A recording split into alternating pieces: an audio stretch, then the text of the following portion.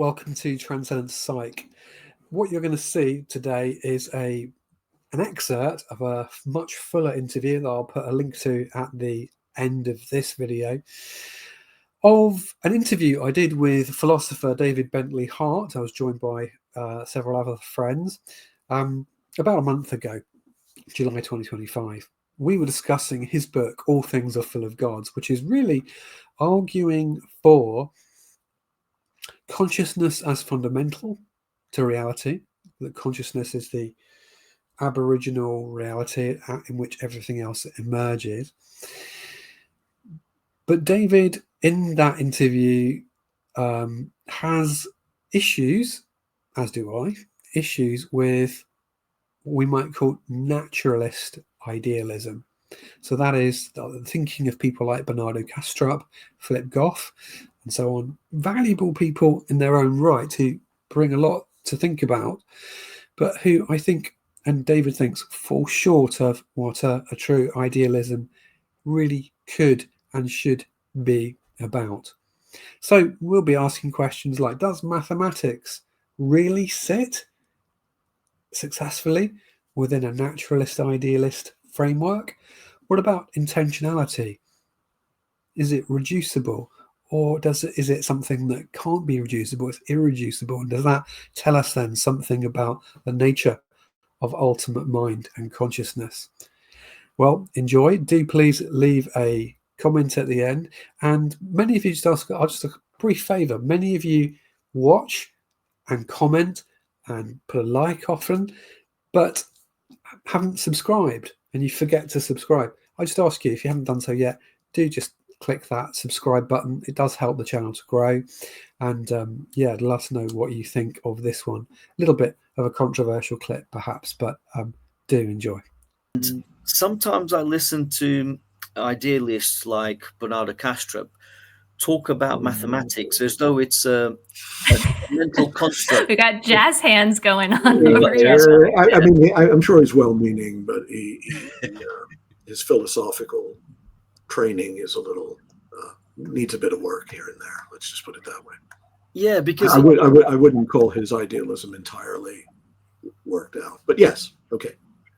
Yeah, I mean, I do rate him, but at the same time, I'm a bit lost when he says that mathematics is a product of human mentation, and it says nothing about the fundamentality of objective reality. And to me, that denies Platonism, and completely dismisses. Platonism is profoundly Pythagorean. That's its mystical as well as its philosophical foundation. Right. Well, he brings in intuitionistic logic or intuitionism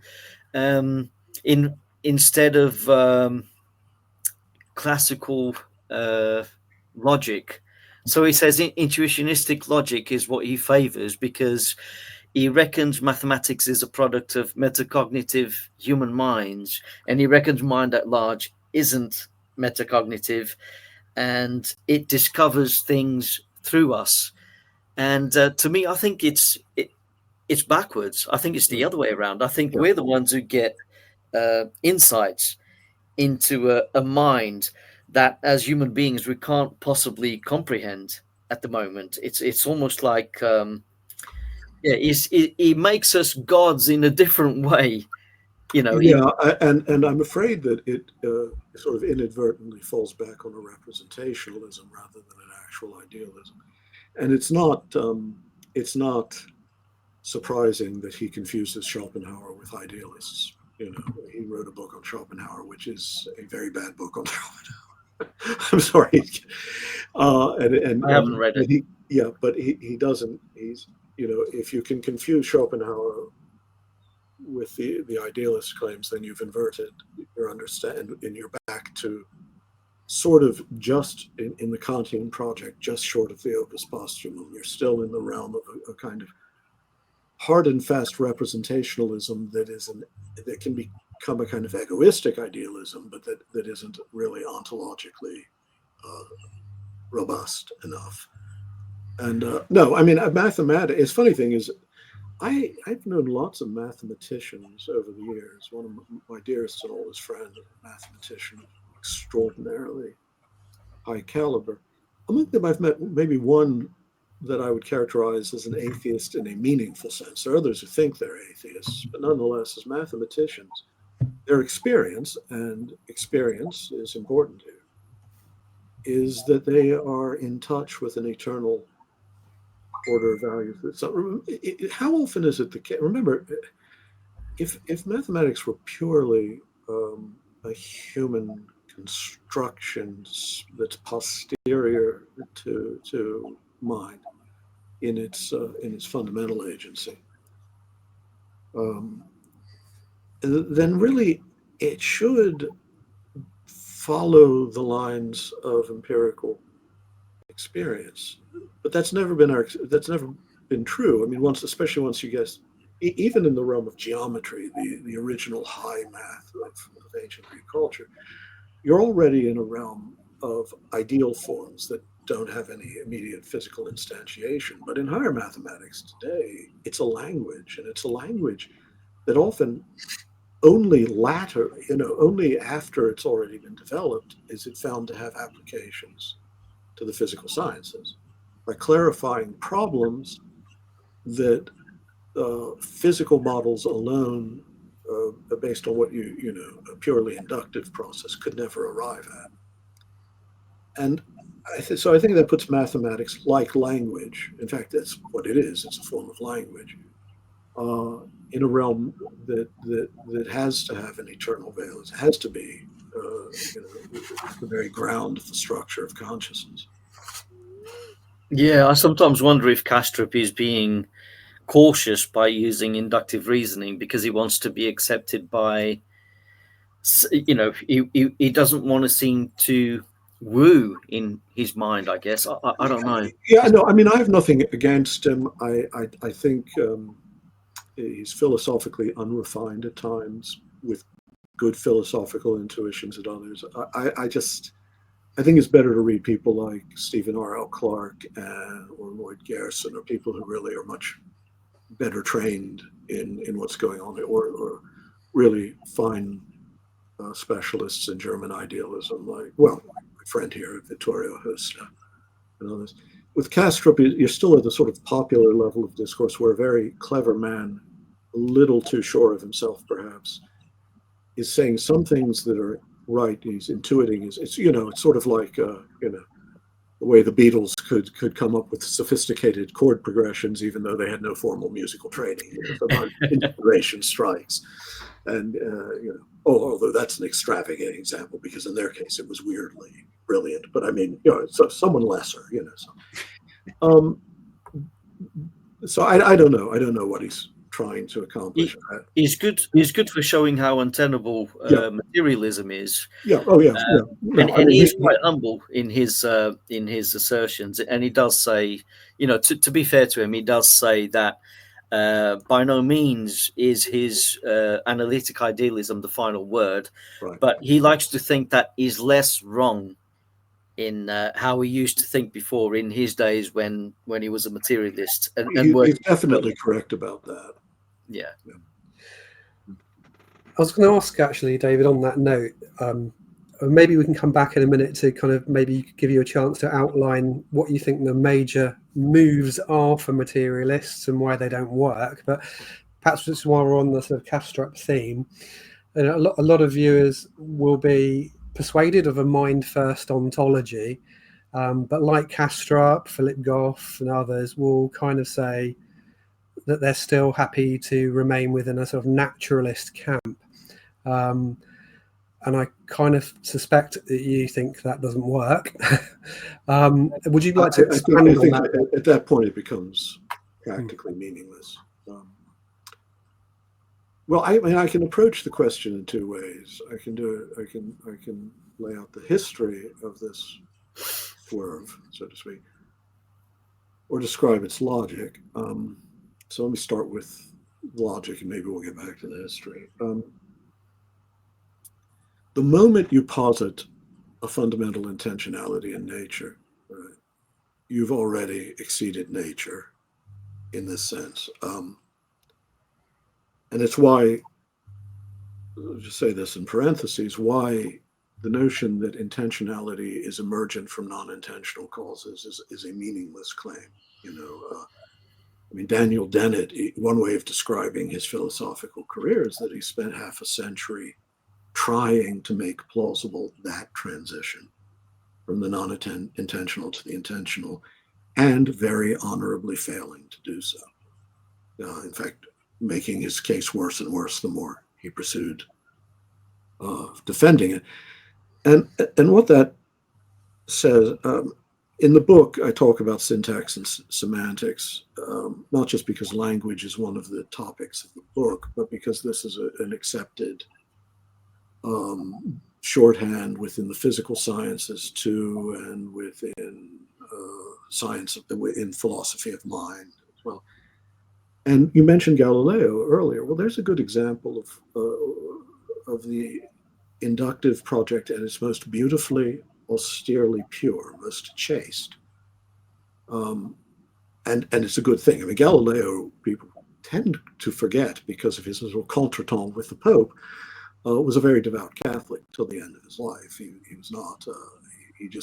But what he believed was what the next step, what made natural philosophy and physics and actual science was prescinding from the level of the qualitative experience, which we naturally put in Aristotelian terms. I mean, whether we want to, we're always asking, what is this for? Why is this, what does this mean?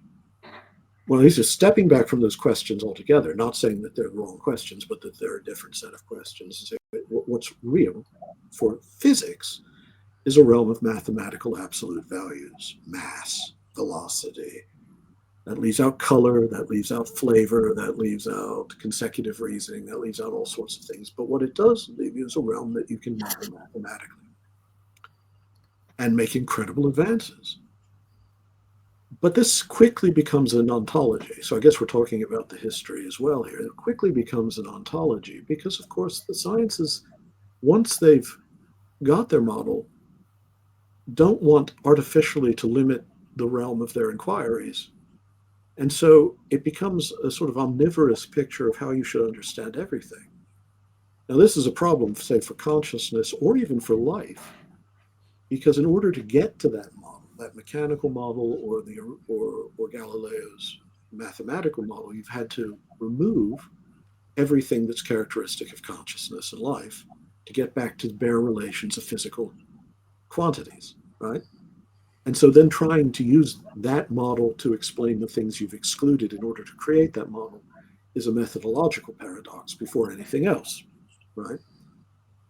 So the question is, can you say, then move from this bare syntax? I wouldn't even call it a syntax. I think that's a misuse of the term syntax, as I explain in the book. The syntax and semantics in reality are inseparable. Syntax.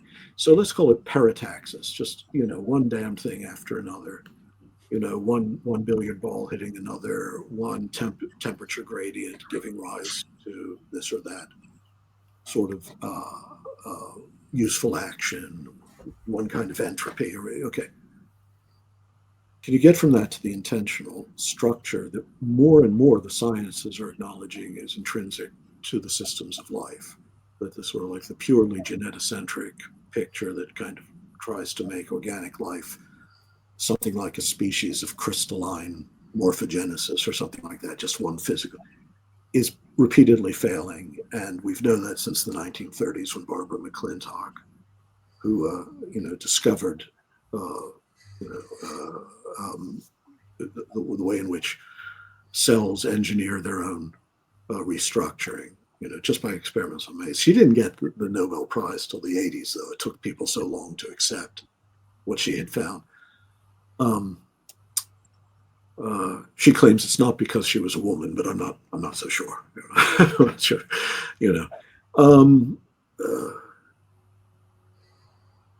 we know that there's a structure of intentionality. No, we already know it's in language, and we should know it's in thought. I mean, in the Anglophone philosophy, we try to break mind down into these separate mechanical functions so that consciousness can be separated from intentionality. but as I argue in the book, and I wouldn't have time to do here, these are all artificial separations. Phenomenology of conscious acts shows that you just can't make this. So intentionality is part of the structure of reality. At that moment, you have already, at the physical level, exceeded what physics allows, because the future is a kind of causality. It's not a mechanical causality, but already it's not an emergent, meaning intention, it's not an emergent reality. But beyond that, intentionality is self-referential. It's an infinite regress to try to get past intentionality or before intentionality, because any real intentional structure has two horizons. There's the thing in the middle distance, the thing that's immediately available to cognition and desire, that is the object of your intention. But there's always a why. There's always a cui bono, because you can't intend something without having a reason for intending it. It may not be one that you can conceptualize, but it might just, But even if it's just animal hunger, you have to recognize it as food. You have to recognize it as desirable. You have to recognize the organic, not consciously, but there's a desire to persist and all that, which means that in every act of intentionality, easier to demonstrate when you're talking about language or other things, but nonetheless true even at the level of physical systems, there's a transcendental level of intentionality that is the cui bono of the act. And this is why in the book I a few times refer again and again to the brilliant, very brilliant French philosopher Raymond Royer, who started as an arch-physicalist like our friend Arlindo here, until he found himself unable to make sense of what he called the realm of values, which is prior to the intentional structure of life and intrinsic to it. You can't intend something without already having intended something. There's no way intention just spontaneously emerges from the non-intentional. In fact, it wouldn't be intentional then. This seems like a simple thing, but it's very hard for people to grasp it. I've had even trained philosophers who had to really sit back and think, oh yeah, and especially if they're trained in the analytic tradition, which just tends to treat the philosophy of previous ages as if it was all prologue and mistaken. And so they don't really look at what the classical or the continental traditions are grappling with. They read Husserl and they don't see how incredibly rigorous he is, because he's not writing it in formal logical notation. He's Husserl, he's not Frege. When you see that, when you grasp this intentional structure, the whole, I would assert, the whole of physicalism collapses.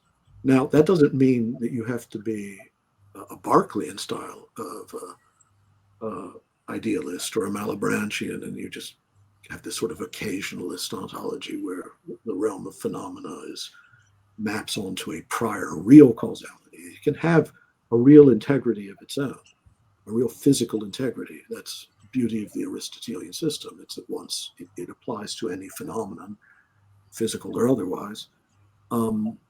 But the integrity of the system itself cannot be founded on itself.